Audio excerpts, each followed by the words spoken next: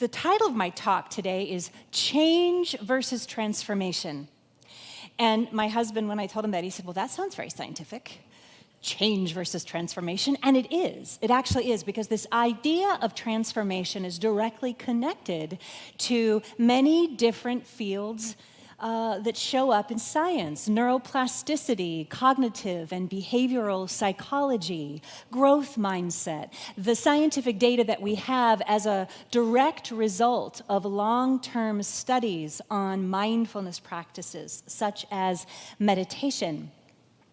So this idea of transformation is really the spiritual principle that I would like for us to unpack today. The thing about transformation is it cannot occur without change. Now, change is the precursor and the catalyst for transformation, but it is not the same thing. And as we have evolved, as humanity has evolved, we, I believe, are moving into an era of transformation, which is not always comfortable.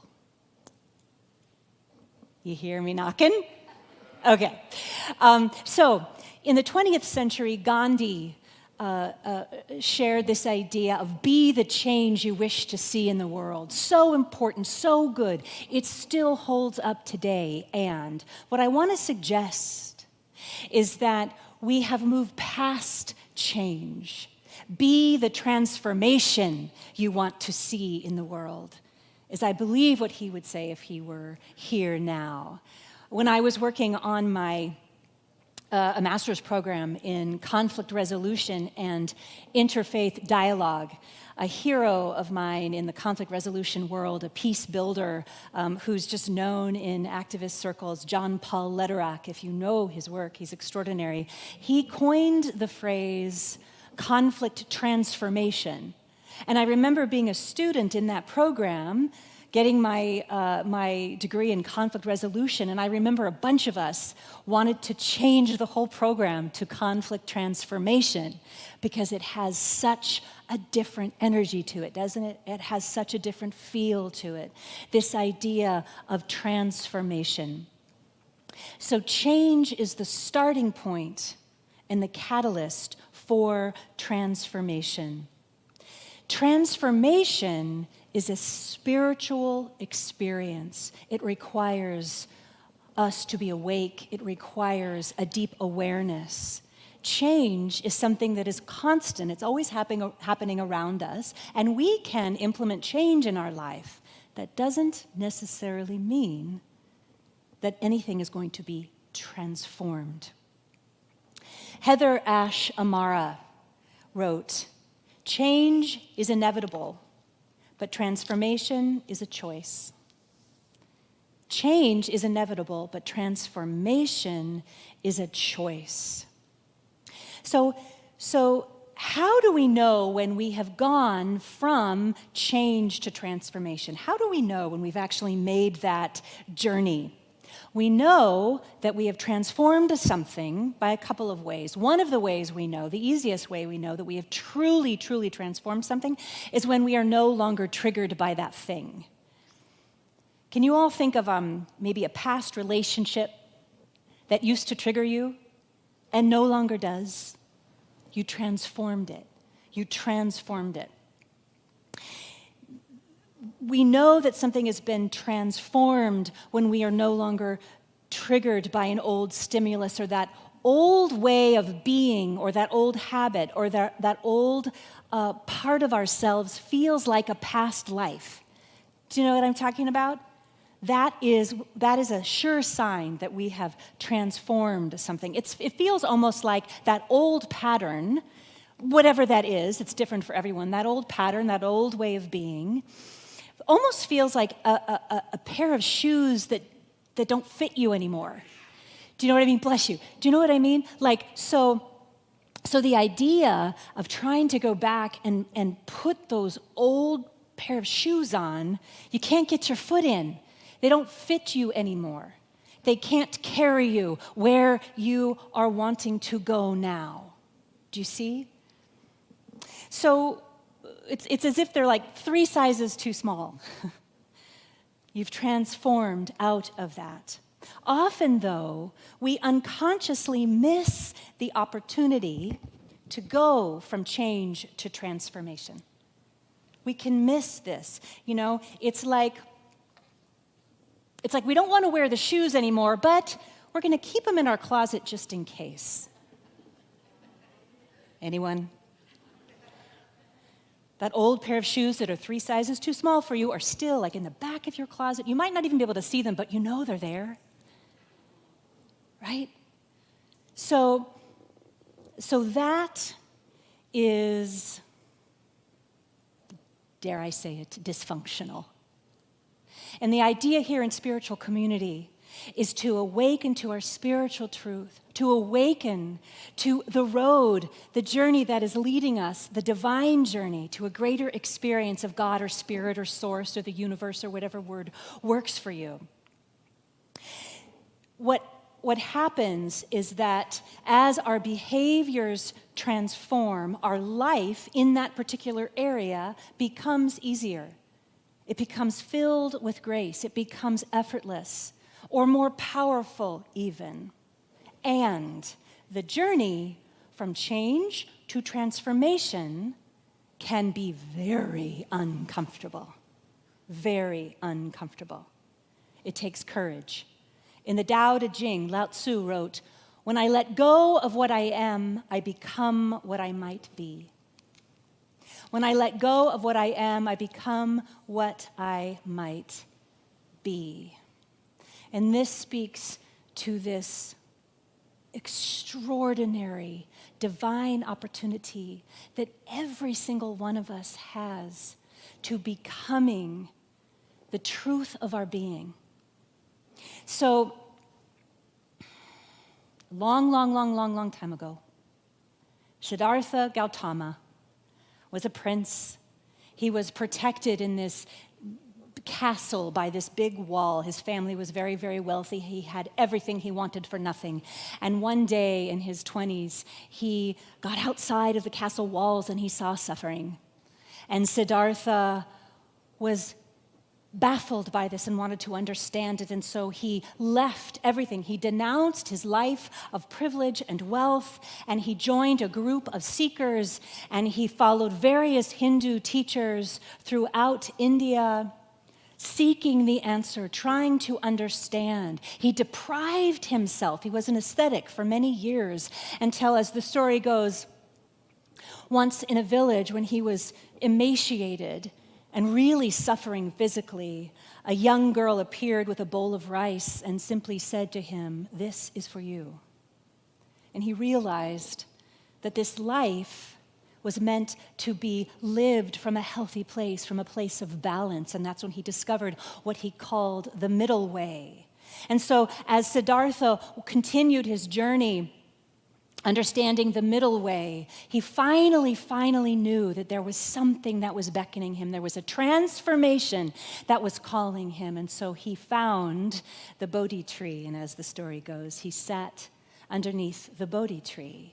And as he sat underneath the Bodhi tree with all of this change, waiting for the transformation of enlightenment, as the story goes, the demonic figure Mara appeared to him and barraged his senses with visions of volcanoes and flaming rocks and hurricanes and tantalized him with women dancers and really delicious food, anything to try to get him to get up. But Siddhartha refused, and he stayed the course in between the place of change and transformation. And what happened is once Mara was done trying to give him all these distractions and all these reasons to go back to the old way of being, once he made it clear that he was staying the course, Mara disappeared, and Siddhartha opened his eyes, and it was in that moment that he became the Buddha. The Buddha, the very word is called the awakened one.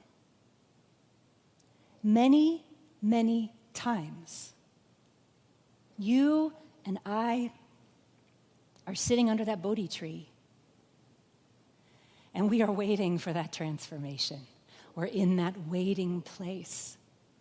And understand this sort of Mara figure, that's a metaphor for our own feelings, our own ego that thinks it wants to keep us safe, that wants to distract us with the parts within ourselves that are rebellious, that want to give up, that want to direct everything, that are afraid of change.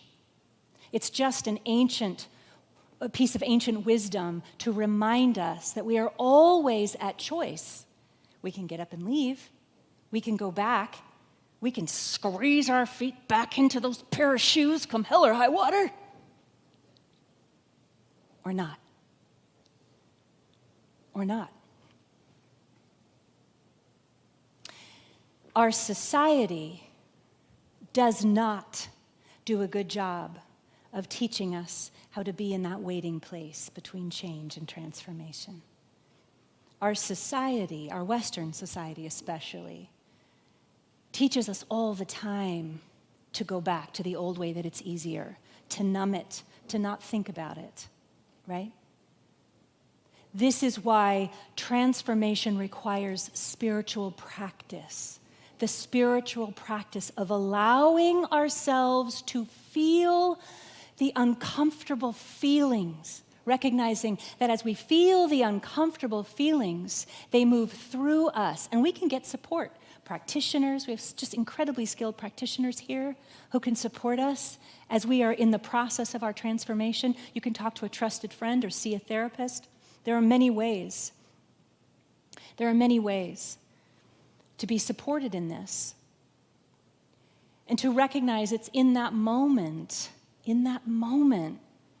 that spirit, source, God, quantum consciousness is literally at the ready with our transformation. It's right there. It's right there. And if we can hold to that, it helps. You know, Mother Nature has an incredible way of illustrating this. It's very simple. It's been taught for so long. And it's just this idea of the caterpillar turning into a butterfly, right? The caterpillar has to stay in the chrysalis. The chrysalis is so gross. It's gooey, it's dark, it's yucky. Everything is changing. It hurts.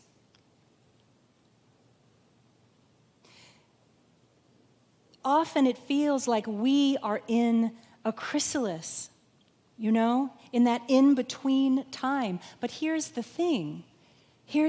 The word chrysalis comes from the Greek, meaning gold. If we can stay in that place, if we can stay in that place, we will find the gold. The way that I would translate that here in our spiritual community, we will find the God in it. We will find the spirit in it. We will find the love in it. We will find the freedom in it. Emma Curtis Hopkins, the teacher of teachers, she taught Ernest Holmes, wrote, "There is a power within you that will lift you up when everything else falls." There is a power within you that will lift you up when everything else falls. That power is the indwelling spirit at the center of our being. We forget it is there, but it is always there. It is the source of every ounce of strength we have.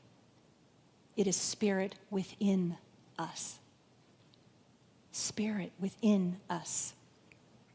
I want to give you a tool. I want to give you a tool that will support you. If you are in any way, in any place of chrysalis, if you are under the Bodhi tree, sitting under the Bodhi tree in any area of your life, something that you are wanting to transform, I want to give you the strongest and most powerful spiritual tool I know to keep you right there, to keep you there. And that is discovering your why. Discovering your why. It is not about the thing. It is not about the thing. Shelley spoke so beautifully last week about this idea that we want to fix the thing out there, right? But that we can't fix the thing out there. There's no lasting transformation. It begins with the inner work. That is where the true healing happens. And the why is always connected to a divine quality or a God quality or an aspect of spirit.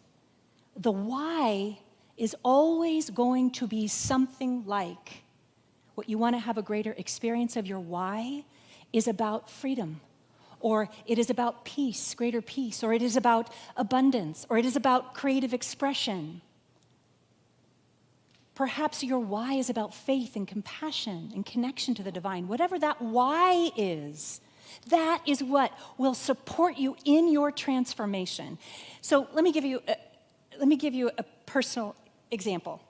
In 2019, I took this post, and there were some very big shoes to fill. For those of you who know David Alexander, you know he's very tall and wears very big shoes. Dear, dear, dear, dear, dear, dear, dear, dear man and brother of mine. So here I am, stepping in. 6 months later, COVID hit. Welcome to senior ministry, Shannon. We had to figure out, talk about a chrysalis. We had to figure out how we were going to keep this community going from our homes, from our houses. It was a hard time. Pre-vaccines, do you remember the fear? I never in my wildest imaginings could I have ever thought that I would ever give a talk or a sermon, whatever you want to call it, into a little dot on my phone from my home office. What? The staff, what everyone did here to keep this place afloat, you cannot imagine that chrysalis. And then we got through that period of time, and then some of you will remember this. Do you remember when it was like things sort of opened outside? Only outside with masks? So what did we do? We had church outside in the parking lot, and we had an angel in our community, a beloved angel, who gave us a financial gift that allowed us to purchase those tents. And as we were outside, I mean, we never knew we would test every Sunday morning. I never knew if I could actually be out there or if who was going to do the talk because we didn't know. Our entire music ministry, do you remember that, Brian? We all had to test on Sunday morning. I would get up so early, and like 7 a.m., I'd be like, come on, God, come on. No, I'm teasing. But we never knew. And I went from doing my talks, these talks, where I get to feel you and your energy and take you into my heart, to doing it outside, doing it from the dot on a phone to doing it outside with everyone in masks. So I couldn't tell if you were laughing or frowning or angry or with me or bored. Sometimes I couldn't tell if you were asleep. And the whole time we were doing that, our beloved Rand, oh my goodness gracious, he would be here, 4 a.m., 4:30, pulling all the wires from the inside out so that we could have service outside. It was a Herculean feat. We had gentlemen from the men's ministry. Do you remember this, Kevin? You would stay in the blistering heat and have to unpack everything once service was done. It was a chrysalis of a magnitude that I cannot even express to you. And then when we came inside, in order to have services here and to continue our relationship with all of our beloveds online, how many of you found us online during COVID? Yeah, there's many. There's so many of you. There's so many of you watching us from all over the country who found us at that time. We knew that, and we knew that we had to continue this somehow.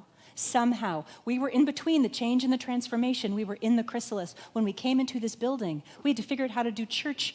We had to get 3 cameras, and we had, you see these big banners? Do you know why we have those banners? Okay, it's just us, so I'll let you know. We have these banners because the way this building was built, it comes to a very fine point at the back, and it would distort all the images up here would be really distorted, and the quality was, we would have, folks would have stopped watching us.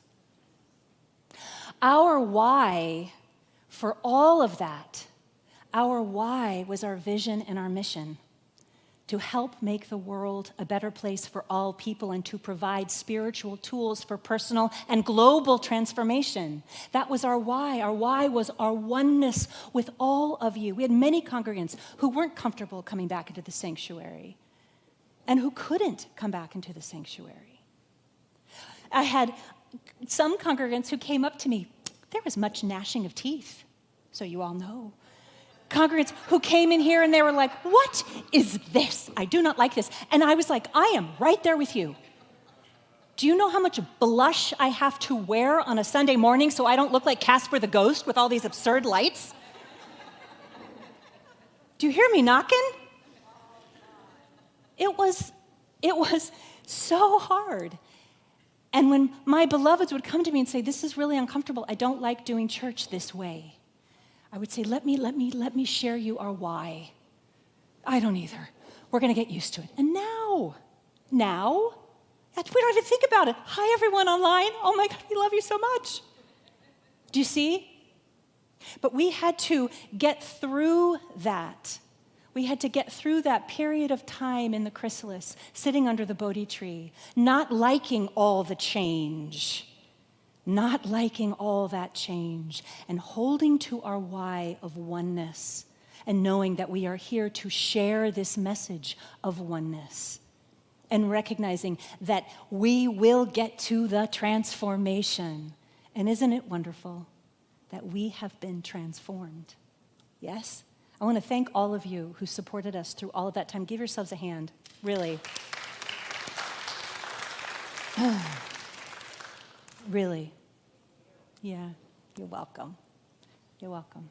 We can collectively look back on that as an example of what is possible when we hold to the truth that there is gold in the transformation. And if we just stay the course, it will be ours. I'd like to invite us all, if you're willing, to take a deep breath. Close your eyes. Let's apply this to our own personal lives. Those of you at home, just close your eyes, take a breath. I invite you to think about something in your own life that you would like to transform. Something that you may be changing right now. It could be small, it could be big. Anything. What is it that you would like perhaps to have a greater experience of, that may require you to let go of what is no longer serving you? Whatever that is for you, whatever it is that you are wanting to change and then transform, from the center of your being, I would like you to gently ask your higher wisdom self silently, what is my why? What do I want to have a greater experience of in my life? Is it peace? Is it joy? Is it abundance? Is it freedom? Is it compassion? Is it connection? Is it creative expression? What is it? What is your why, my love? What is your why? What is that quality of the divine that you are calling forth?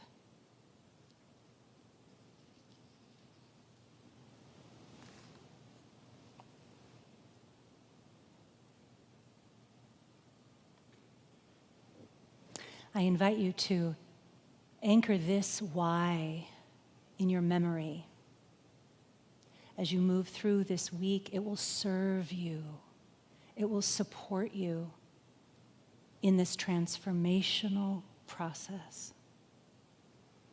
And so, giving thanks, I invite you to take a deep breath. Gently open your eyes and return to this space. Deepak Chopra wrote, "Every time you are tempted to react in the same old way, ask if you want to be a prisoner of the past or a pioneer of the future." Every time you are tempted to react in the same old way, ask if you want to be a prisoner of the past or a pioneer of the future. My loves, you get to be a pioneer of your future, of your future. The second thing that I want to give to you, the second tool that's connected to this, that is so important and that will support you, is something that's found in recovery. Those of you who are in recovery of any kind, this may ring a bell, and that is don't quit before the miracle happens. Isn't that a good one? Don't quit before the miracle happens. How many times? How many times are we in the chrysalis? We may even have a little bit of the transformation, and there's 10%, 5%, 2%. And there's this part within us that goes, no, I'm going to wear those shoes. Damn it. That's right. Oh my, Susie. That's it. How many times does that happen? So here is the thing. That is human. Welcome to humanity. That is human. You get to forgive yourself. Awareness is curative, Ernest Holmes says. You have an opportunity to squeeze those shoes off and just go right back. Just like in meditation. Bring it back to the breath. Bring your attention back to center. Be so loving and forgiving of yourself. And recognize quitting before the miracle happens is not what your soul wants. It's not what your soul wants. So, in this process, again, I just want to remind you that you have all kinds of support.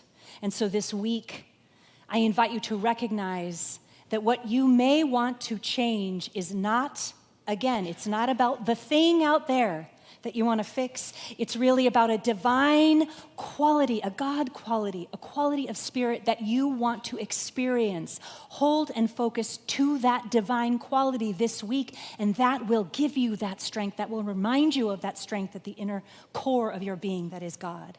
The second thing, know and embrace your why.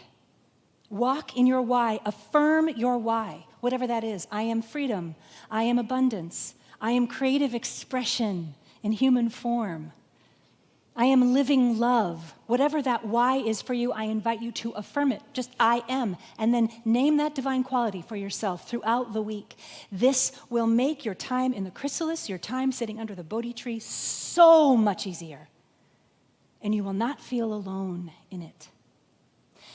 And the final thing, don't quit before the miracle happens. Not to be confused with staying in a toxic relationship. Different talk. For you, for your growth, don't quit before that miracle happens. It may be tempting. Just don't. Stay. Know that you're supported.